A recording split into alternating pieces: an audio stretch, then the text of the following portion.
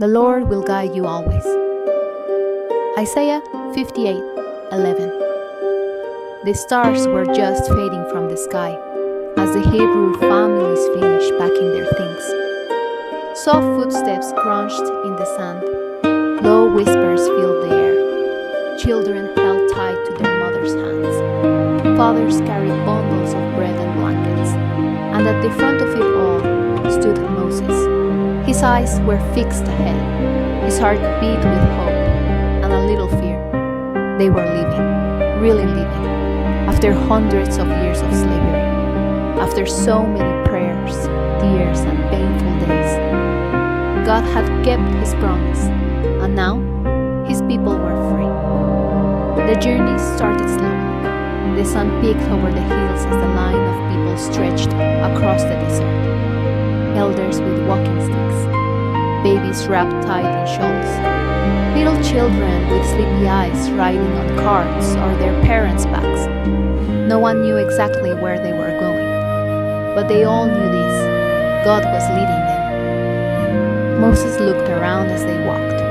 "This isn't the quickest way," someone whispered. "It's not even the main road," said another. But Moses remembered God's words. "Do not fear. I will go before you." God wasn't taking them the fastest way. He was taking them the safest way. As the sun rose higher, something amazing appeared in the sky. A tall, thick pillar of cloud.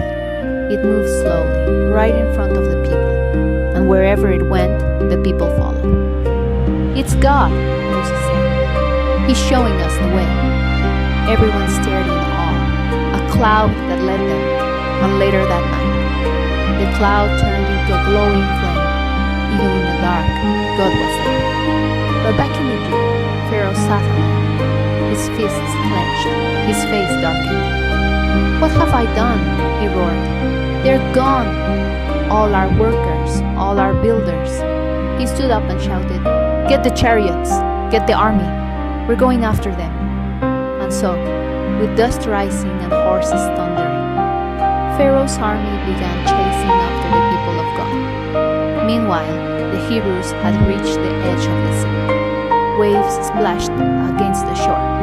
There was no bridge, no boats, just deep, wide water in front of them, and the sound of chariots behind them.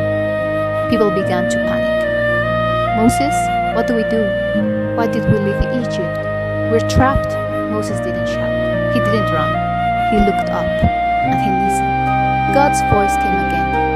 "Lift your staff. Stretch out your hand over the sea." Moses raised his staff. He stretched out his arm. And then the wind began to blow. Strong, steady, mighty. The sea began to part. Right down the middle, walls of water rose on each side, and a path of dry land appeared. "Go," Moses said softly, and the people, wide-eyed and amazed, began walking through. Children gasped, mothers held babies close. Fathers carried bundles and guided the young. Step by step, they walked through the sea on dry ground. Behind them, Pharaoh's chariots charged forward. His soldiers rode straight into the path between the waters. But then, God acted again. From the pillar of fire, God looked down. The wheels of Pharaoh's chariots began to wobble.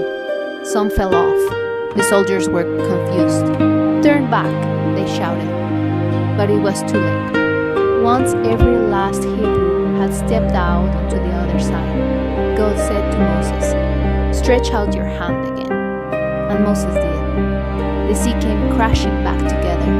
Water roared, waves smashed, and Pharaoh's army was gone. There was silence. And then, cheers, laughter, tears of joy. They were safe, free.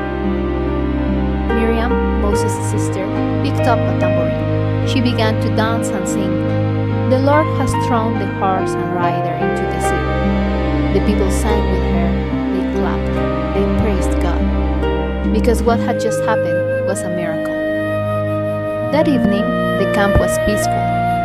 Fires flickered, children sat curled up in blankets. The stars above shone brighter than ever. Moses sat by the edge of the camp, looking at the sky, So many stars, so much grace. He whispered, "Thank you, Lord.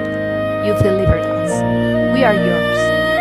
Sleep well, little friend. When the world seems too big, when it feels like you're trapped or scared, remember what God did for Moses and his people. He made a way when there was no way. He lit the night with his fire. He split the sea with his power, and he'll be with you too. Every step, every night, every tomorrow. Good night. The journey has